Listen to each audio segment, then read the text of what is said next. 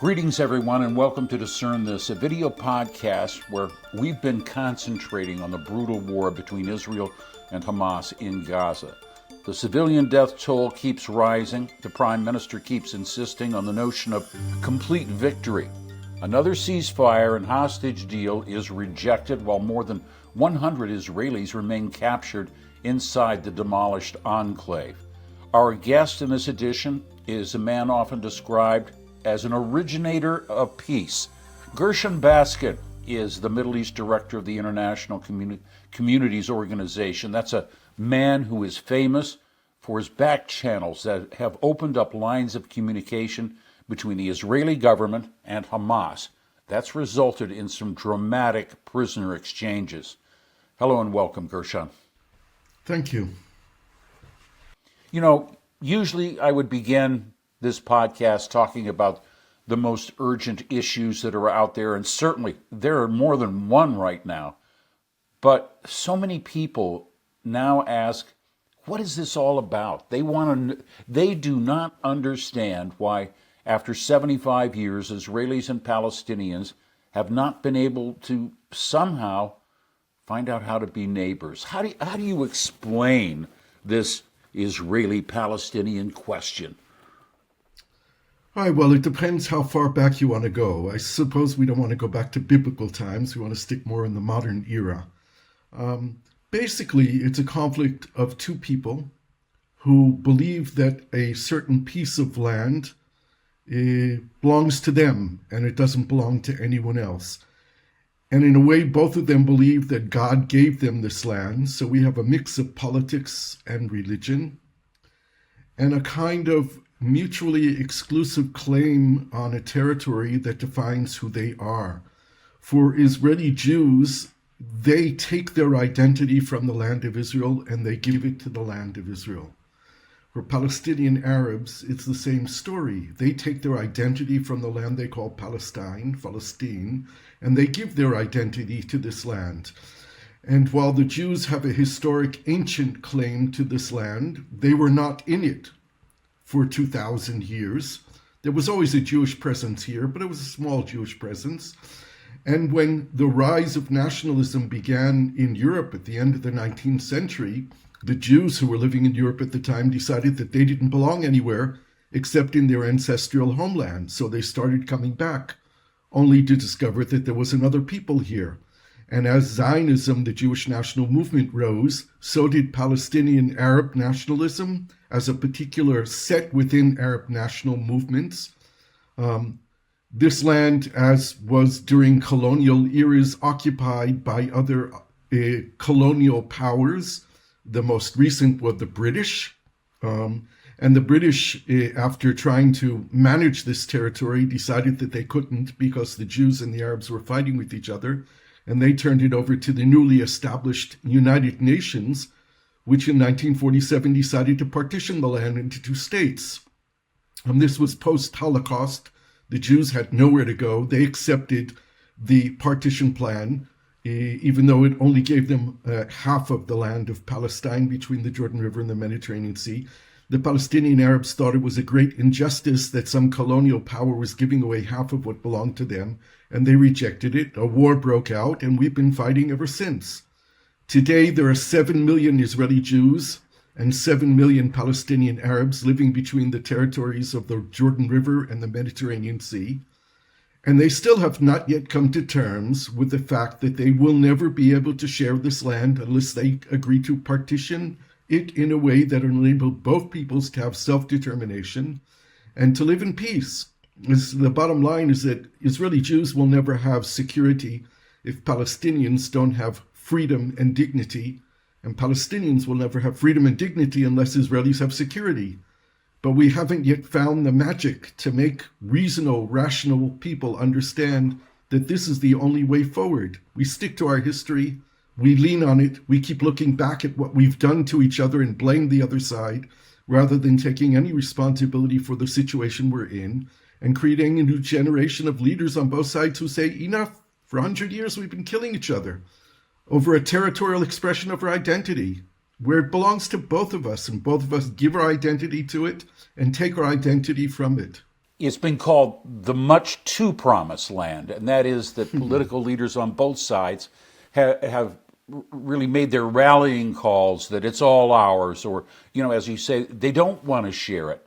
And when we look at this crisis that has developed now, there is a simple way of looking at it, and it's that Israelis and Palestinians don't treat each other as human beings. Certainly, with all the massacres that we've seen in the last 4 months and the horrific atrocities essentially being committed by each other here, that's a conclusion that one could come to. But I don't think it really reflects all of us. We had a peace process here in the 1990s, and it was a very hopeful period. But our prime minister was assassinated by one of our own who didn't want to make compromises. And the Palestinians ended up uprising against the Israelis when the peace process failed. And the more extremist amongst them started blowing themselves up in buses and cafes in Israel. And both sides lost confidence that peace is possible. So we've had, for at least the last 2 decades, a majority of Israelis and a majority of Palestinians who would say, I want peace, but they don't. And it was happening on both sides, where a majority of people really want peace. Everyone wants to live in peace, but they just don't believe that the other side wants to. And if you don't have confidence that the other side is willing to make peace with you, you're very reluctant to make compromises, because both sides' perception is that they made compromises and got death and destruction in return. When we look at the situation today, the incredible casualties civilians have suffered in Gaza, the incredibly bitter ordeal that Israelis were subjected to when Hamas moved in on October the 7th and committed what can only be called atrocities and war crimes. When we look at that, we ask, what's the crisis point now? Many people would point to Rafah and say, there it is, the biggest issue we face today. Right. Well, this war needs what people stupidly call a victory picture. I think that victory picture for Israel is 2 things. One is returning the hostages. There's still 134 hostages in Gaza. It's believed that somewhere between 32 and 50 of them are probably no longer alive. And Israel needs to have the head of the leader of Hamas in Gaza. One person in particular, Yahya Sinwar, but there's a collection of leadership. And I'm afraid that without that, Israel can't end the war. Another thing that Israel needs to do is to secure the border between Gaza and Egypt, because even though the Egyptians built a wall along the 13 kilometers of that border, and the wall is even 6 meters deep, Hamas has smuggled in an enormous amount of weapons over the last years, because the weapons that we're seeing in Gaza are North Korean, Russian, and Chinese weapons that must have come from Sudan and Libya and places like that and smuggled in tunnels. We see the network that Hamas has built in Gaza that go tunnels that go down 20, 30, 40, 50 meters into the ground. So that border needs to be secured. And Hamas needs to understand that there is no military solution to this conflict. They thought on October 7th that they were on the road to liberation. They are in fact 4 months later on the road to destroying Palestine. If October 7th was the biggest trauma of the Jewish people since the Holocaust, and without comparisons, what the Palestinians are experiencing now and over the last 4 months is another Nakba, the 1948 tragedy that they faced when they were uprooted from their land and dispersed around the region and the world. And this is tragic for both people. The only victory that can be here is if we find a way to implement the 2-state solution, which quite frankly, as a person who supported it since at least 1975, I thought it was no longer viable. I thought it was off the table, that it could no longer be done. And all of a sudden it's back in front of us. And even President Biden is talking about recognizing the Palestinian state, which is only 30 years late. I mean, for 30 years, we've talked about a 2-state solution where the majority of the rich countries of the world, the OECD nations, including the United States, have only recognized one of the states. So if we want to defeat radical ideologies and theologies like Hamas, Palestine needs to become real for young Palestinians. They need to know that it's not an open-ended process like the Oslo peace process was of 30 years of talking about a Palestinian state next to Israel. It needs to become real. And it has to start with President Biden recognizing the state of Palestine. Now, that's not going to end the occupation immediately, but it's going to begin to make Palestine real for Palestinians, and they need to know that they can live for Palestine. They don't have to die as martyrs for Palestine. So, we look deep into this, and, we come almost full circle. You played, and I want to point this out, you played a historic role in prisoner exchanges between Israel and Hamas, other militant groups. You mentioned Yahya Sinwar. He is considered the architect of what happened on October 7th. He's also, if you talk to people like Walid Khalidi, the Palestinian historian living in Beirut, he says that Sinwar is going to emerge from all of this as the historic figure, because while he served more than a decade in an Israeli prison. 22 years, in fact. Yeah, 22 years. Thanks. The reality is he constructed what is an underground battlefield in Gaza. And it was the Gilad Shalit, the Israeli who was held for 10, 11 years? Or no, more 5 than 5 years and years. 4 months. Yeah, 5 years and 4 months. He was exchanged for more than 1,000 Palestinians, and among them was that Yahya Sinwar, the son of refugees, a refugee himself from birth in Gaza, and here he comes back on the scene. Do you regret that? That deal that was worked out? I didn't select the people to be released. It was the Israeli security authorities who did. Sinwar was not even thought to be a major risk because he was serving prison life sentences because he killed other Palestinians. He never killed an Israeli Jew. Collaborators. He murdered collaborators. He was known to be vicious, but he was not thought to be the most dangerous person amongst that release. There were others. The most dangerous ones were expelled from the area. They didn't come back to Israel or to Palestine.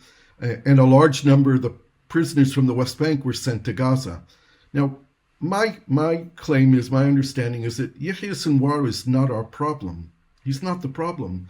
The problem is that when you have 56 years of occupation and 17 years of closure on a territory like Gaza with more than 2 million people who are suffering unbelievable poverty, 80% poverty rate, 70% youth unemployment, Yahya Sinwar is not the problem. Anyone who fights against Israel under those circumstances becomes the person admired by the young generation of Palestinians in every generation who want to be like him because he was brave enough to stand up against the enemy. Now, I'm not justifying in any way what Hamas did and the atrocities that they committed, but Mr. Netanyahu, our prime minister, his biggest crime is that he has managed to convince the Israeli public and the world that we can occupy another people for 56 years and expect to have peace, that we can lock 2.2 million people in a territory like Gaza with poverty and expect to have quiet. Netanyahu succeeded in removing the Palestinian issue from our agenda. We had 5 rounds of elections, and the issue was never even mentioned. Along came President Trump, and he showed that he could make peace with some Arab countries without dealing with the Palestinian issue. And the Israeli public accepted. We can't deal with the Palestinian-Israeli conflict. Let's just leave it on the side. We can make peace with the rest of the Arab world. Here, Saudi Arabia was about to normalize relations with Israel without dealing with the Palestinians. But on October 7th, that blew up in our face. And in reality, what I've claimed for decades is that the only existential issue facing the state of Israel, which defines itself as the democratic nation state of the Jewish people, is the Palestinian question. Because there are equal numbers of Jews and Palestinians living on this land now. Only Palestinians are not part of the Jewish state, and they don't enjoy democracy. So how can we define ourselves as the democratic nation state of the Jewish people if we don't deal with the Palestinian issue? We have to now. There's no choice. So Yahya Sinwar, I don't know how history is going to relate to him. I think that some people may admire him and worship him and see him as a savior. My sense is that he will be more seen as the person who brought death and destruction to his own people with his fanatic, religious, distorted Islamic view of life, which sanctified death instead of sanctifying life. And, well, in fairness to him, it was the environment that he grew up in, this radicalization.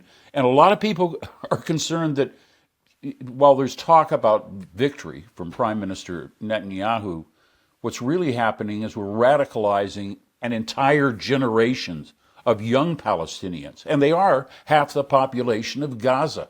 And all of this is just a fool's errand, this talk of, complete victory.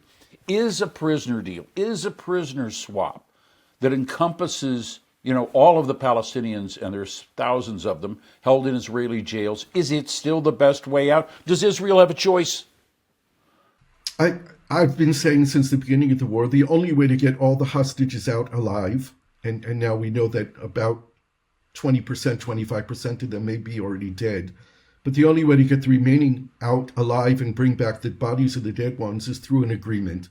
The only agreement that Hamas is really willing to talk about now is ultimately an end to the war, an Israeli withdrawal from Gaza, and a release of all the Palestinian prisoners in Israel. That's between 9,000 and 10,000 people, including 559 people who are serving life sentences for killing Israelis, another 130 of the Hamas fighters who were caught inside of Israel on October 7th, 8th, 9th, and probably 1,000 militants who have been taken out of Gaza since the beginning of the war.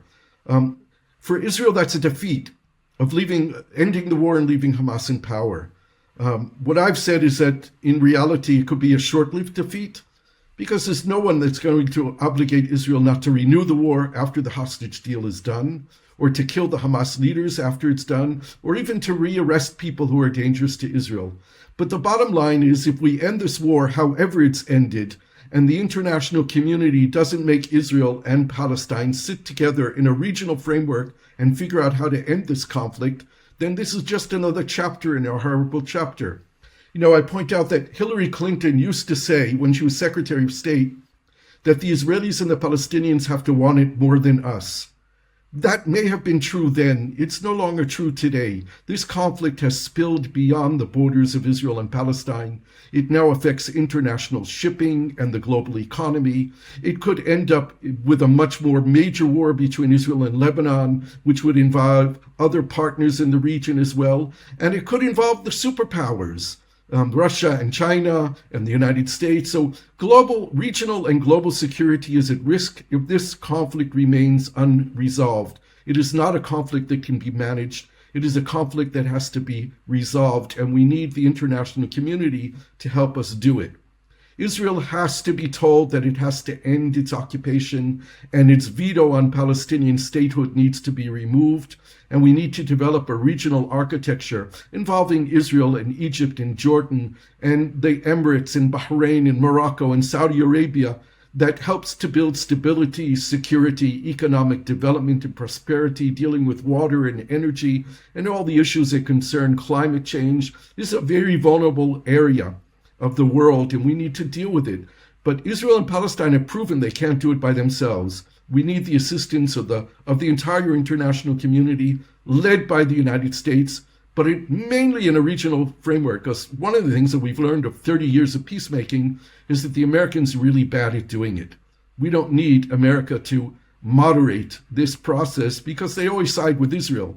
We need a more balanced approach, which is why I claim that we need to have a regional table that brings the other regional states to the table together with the Palestinians and the Israelis, and we have to crack our heads together and figure out how to do it. A lot of people look at this and they say the one thing that has powered this, devolution into all of this chaos in the Middle East has been impunity, because the United States has been there to block the UN resolutions. People pretend like there's equal rights for the Palestinians or they have improved financial outlooks, when none of that is true. If you don't have freedom, your life is nothing, or at least that's the way that they're looking at it. Right, I agree. I think that Israel has impunity from the rest of the world on how it's occupied Palestine and prevented Palestinians from having freedom and liberation. I think it's equally important that the world tell the Palestinians that they have to come to recognize that Israel is not only a reality, but Israel has a right to exist, just like every other country. And that this mutual recognition is the footing on which, or the foundations on which peace can be built. The denial of the Jewish people's right to live in their ancient homeland by the Palestinians is something that's fostered the belief amongst Israeli Jews that the Palestinians are interested in peace. So we need the international community to get tough on both sides. Obviously, there's no symmetry here. There is an occupier and there's an occupied. There's a strong country and a weak country, and we need to recognize that at the negotiating table. But both sides need to get into line. I'll give you an example. We need to deal with education. If you want to understand a society, look at what they teach their children. Open up their textbooks. And while Israeli textbooks are far from perfect on teaching our next generation that they should live in peace, we don't do that. The Palestinian textbooks are really bad in terms of that. And we need to begin a new peace process where the international community comes along and says, here are criterion that you are going to use to evaluate your own educational system. Not that we're going to evaluate each other's, we're going to each evaluate our own, but UNESCO, for an example, has criteria on to what extent countries or societies teach peace or how to live in peace. We could adopt those criteria or others that exist, and both sides should undertake an objective evaluation of their own educational system. If we can come out of that with the resolution that we're both going to change our textbooks and begin to at least open up a window to look at the narrative of the other side, to recognize legitimacy of the other side, to learn something about the other side. Why don't we all Israelis speak Hebrew and Arabic, and why don't all Palestinians speak Arabic and Hebrew? We share this land. Our languages are sister languages. We should be teaching each other those languages. There are so many things that we could do that would lay the foundations for a genuine peace process, and we have to do that. Treat each other as human beings, and each Hey, other's there's a good children beginning. as well. I mean, That's right. but it's so much easier said than done, Gershon. That's and right. now we are in the midst of what a lot of people see as a settler government in Israel, pushing perhaps to eliminate this problem of more than 2 million Palestinians in Gaza, to push them out, to ask the international community, you take them, we don't want them anymore. It would solve a lot of their problems. That's not going to happen. And Egypt has already told Israel that if you even try to push the Palestinians into Egypt, which is the only place where they can really go, that would endanger the peace treaty between Israel and Egypt. And the Egyptian-Israeli peace is the most important strategic asset that Israel has since 1979, when we made peace between President Sadat and Prime Minister Begin. That cannot be risked. And the Israeli ministers and politicians talk about ethnic cleansing of Gaza. They call it something else, but its ethnic cleansing of Gaza are criminals, and they are dangerous to Israel's future. This cannot be done, it should not be done, and it will not be done. And let's face it, Netanyahu's days are numbered. I don't know exactly when it will end, but he has lost his popularity in Israel. He is held responsible for what happened on October 7th. Of course, Hamas is responsible, but he's held responsible from the Israeli side of not defending our border. Our Israeli Defense Force, the IDF, over the last 2 decades has become the Israeli Occupation Police Force, policing Palestinians in the West Bank in order to enable illegal settlements to exist in the occupied Palestinian territories. We forgot how to have an army that defends our borders because they've been busy policing the occupation. That all changed on October 7th. Netanyahu's going to pay the price when there's a lull in the war or a ceasefire or an end to the war. There's going to be a national commission of inquiry headed by a Supreme Court judge that has full powers to subpoena Netanyahu and everyone else in his government and everyone responsible for the failure of October 7th. Look, what happened on October 7th was amazing. Israel, one of the strongest countries in the region, one of the strongest countries in the world, one of the best militaries, one of the best intelligence systems. Hamas broke through our border with unbelievable ease, with drones that you can buy on Amazon and hand grenades that took out a very sophisticated electronic surveillance system. And 3,000 Palestinians crossed the border on that day from Gaza into Israel.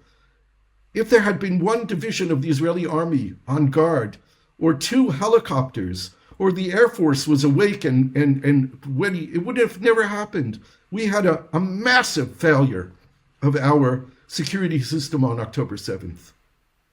You know, while I will certainly, you're right about the intelligence failures, the security failures, and all the rest of it. But the biggest failure of Netanyahu is that he has stood against any reconciliation between Palestinians and Israelis for every year that he's been in office. And he's bragged about it. He is the man who wants to prevent, or can go down in history for preventing, a Palestinian state, which is, as you say, going to be necessary to end this madness. That's right. You know, in 2012, 13, and 14, I had private face-to-face meetings with Palestinian President Abbas. And without any need to really convince him, he agreed immediately to enter into secret direct back-channel negotiations with Netanyahu. And I brought those proposals to Netanyahu, and he refused. Simply refused. Later in 2014, 2015, I arranged a secret back channel between then Labour Party leader in Israel, Yitzhak Herzog, who's now the president of Israel, and Mahmoud Abbas. And 3 weeks before the elections that we held in 2015, Abbas and Herzog arrived at an agreement. There were 2 papers that were agreed on. One, the framework for dealing with all the permanent status issues, and a security protocol. And Herzog's strategic electoral advisors told him, don't talk about the Palestinian issue, you'll lose votes. And he asked me to tell Mahmoud Abbas, President Abbas, to be quiet, not to say anything about this agreement he reached. I pleaded with Herzog. I told him, you cannot beat Netanyahu by trying to be more Netanyahu than Netanyahu. You can only beat Netanyahu if you show the Israeli public that there is a genuine chance of reaching peace. But he failed to take up that challenge, and he lost those elections. And the rest is history. Netanyahu never wanted to have peace with the Palestinians on the basis of a 2-state solution, and he has done everything to foil every opportunity there was to reach it. Today, unfortunately, Mahmoud Abbas has no legitimacy on the Palestinian streets. He's in the 17th or 18th year of a 4-year term. He's 87 years old, and he runs a government which almost every Palestinian believes is corrupt. There needs to be change there in Palestine. They need new leaders. They need elections.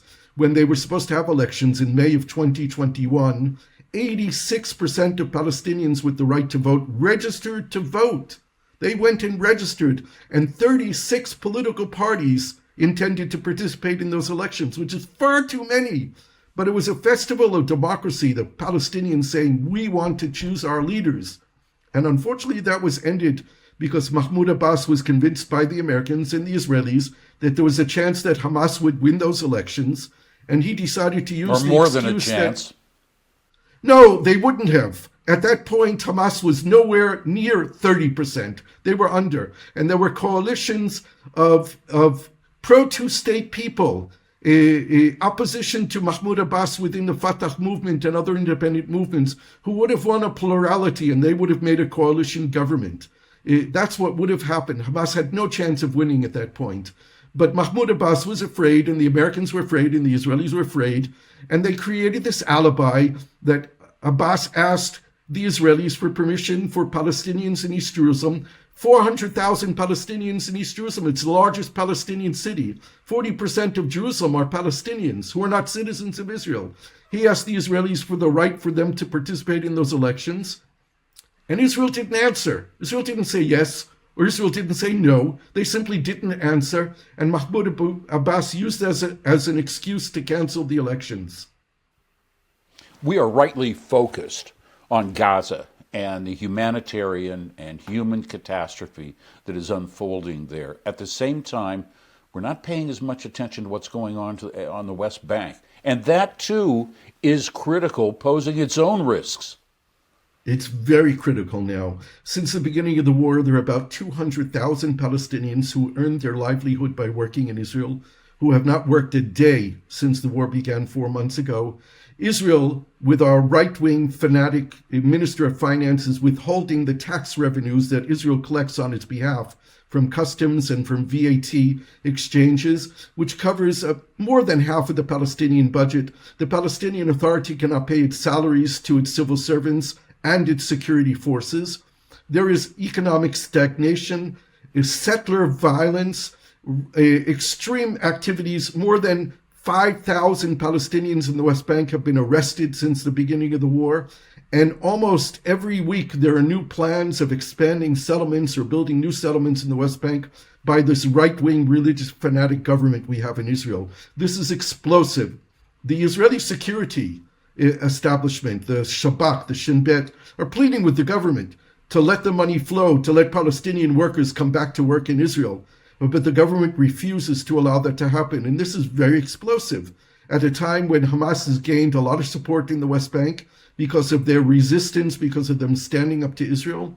And there are people on the Israeli side in the radical right wing of Israel who want this explosion so that they can do in the West Bank what they're doing in Gaza. This is planned. This is desired by the more right-wing radical elements in the Israeli government, and it is super dangerous. When you look at the situation, well, on the West Bank, certainly as you just said, but in Gaza, is there a way to diffuse this? Or are some people just bent on pushing it to the ultimate tragedy? The war will end. It's not going to go on forever. My proposal is to look seriously at the Israeli claims of the need to secure the Gaza-Egypt border. My proposal is that the Americans come in with expertise in technology and finance, and that the Egyptians begin doing the digging and the tunneling, the borehole drilling all along this 13 kilometers, so that Israel doesn't have to go there and threaten the peace treaty with Egypt. We need to get the hostages back. There has to be more pressure on the Israeli government to make a deal with Hamas. I think if Hamas was smart, which they usually are, by the way, they would agree to separate phase 1 from the proposal they made from phase 2 and phase 3. Phase 2 and phase 3 are basically Israel obligating to end the war and withdraw from Gaza. But if they were to enable us to have a phase 1 agreement with a 45-day ceasefire, that would give us a period of time where there'd be calm in the northern border with Lebanon. The Houthis would stop shooting at ships in the Red Sea, and Gaza would be a quiet territory for 45 days, during which time maybe some smart people and rational thinkers can come up with solutions that don't have to lead to continuing the war, that we can find a way to bring back the rest of the hostages, that we can ensure that a new Palestinian administration will take over Gaza that has legitimacy in the West Bank and in Gaza. Mahmoud Abbas would step aside and be president for life with ceremonial authorities, but a technocratic government would be established where the Palestinians would invite a multinational Arab force, probably around 10,000 soldiers, to come and keep security and stability in Gaza, and an international administration supported by the Palestinians would begin to work on the reconstruction of the Gaza Strip. My proposal is that it be led by the Americans and the Chinese together. I know this is unthinkable in America, but no one in the world knows how to build infrastructure faster, more efficiently, and cheaper than the Chinese. And Chinese-American cooperation on this might help bring down some of the tension in the America-Chinese relationship and help the global economy. There are lots of things that can be done, but we need a break in the war. First of all, we need to ensure that Israel is not going to have a massive carpet bombing of Rafah, where there are 1.5 million Palestinians today. We need to deal with the hostage situation, and we need to ensure that Hamas is not going to be the governing authority in Gaza. Do you think that Hamas can be completely defeated? Or do you think that it's just going to swell its ranks, perhaps under another name, perhaps underground? But if the things that I outlined actually happen, that there is a positive movement toward resolving the Israeli-Palestinian conflict, if Palestine is granted membership in the United Nations and recognized by the United States and the United Kingdom and the countries of Europe and Australia and Canada and Japan and these other countries, then we can begin a process where there can be a temporary administration in Gaza. Hamas, I think, will decline in its support. We see it happening in Gaza already. More and more Gazans are putting the blame on Hamas for bringing them this disaster, and that movement will continue. The longer that Israel stays in Gaza, the more we can guarantee there will be armed insurgency against Gaza. So we have to make Israel understand that they can't stay in Gaza. But Israel can't leave Gaza until there's some stabilizing regime there with a multinational Arab-led force there. You know, there's a prisoner. Well, there are a number of people. There is a prisoner named Marwan Barghouti. I know Marwan quite well. He's been in prison now for 22 years, serving 5 consecutive life sentences plus 40 years for leading the Second Intifada, and according to Israel, having responsibility for the death of many Israelis. He is the most popular Palestinian politician today. He comes out number 1 in all the Palestinian public opinion polls. I'm not sure that he's the person who would immediately be called in to do the job. He has almost zero experience in governance, and they really need technocrats to lead it. Maybe he could lead an administration and hire a group of technocrats to do it. There's another person who's not so well known in the West. He should be. His name is Nasser al-Kidwa. Nasser was the PLO ambassador in the United Nations for about 20 years. He was foreign minister in one of Mahmoud Abbas's governments. He's the nephew of Yasser Arafat. His mother was Arafat's sister. He comes from Gaza. He's currently living in Nice. He has a French wife. In 2021, he led a political party that was supported by Marwan Barghouti. And as a result of that, Mahmoud Abbas threw him out of the Fatah movement. At the time, he was also serving as the president of the Yasser Arafat Foundation, and he was relieved of those duties. But Nasser is someone who could be acceptable to the West, could be acceptable to the West Bank and Gaza. He's just an example. There are others. He's perhaps a leading example. When the Palestinians have elections, whenever that is, a year from now, 2 years from now, the most likely candidate to win those elections will be Marwan Barghouti. And then Marwan will have the legitimacy, whether he's in prison or not, he will have the legitimacy of the backing of free, fair, democratic elections by Palestine. And the world will have to deal with that, and Israel will have to deal with it. We stand on the brink of a catastrophe. Well, there already has been a catastrophe in Gaza. There has been, yes. And we look at all of the political players who are not playing nice. You yourself cut off one of your Hamas contacts after he glorified the October 7th attacks because you can't countenance some things. But Gershon Baskin, how the hell do you stay so optimistic, so committed? First of all, I'll say that Ghazi Hamad, who's my primary interlocutor in Hamas for 17 years, really said horrible things. And he apparently knew about this war and its planning, and he was sent to Beirut to be the spokesperson for the war. Last week, he was interviewed on an Egyptian television station in which he recanted some of what he said. He said, we didn't intend on killing women and children. And that was the first time since the war happened that he said that. I understand that about 17 members of his own family were killed, including his wife and some of his children.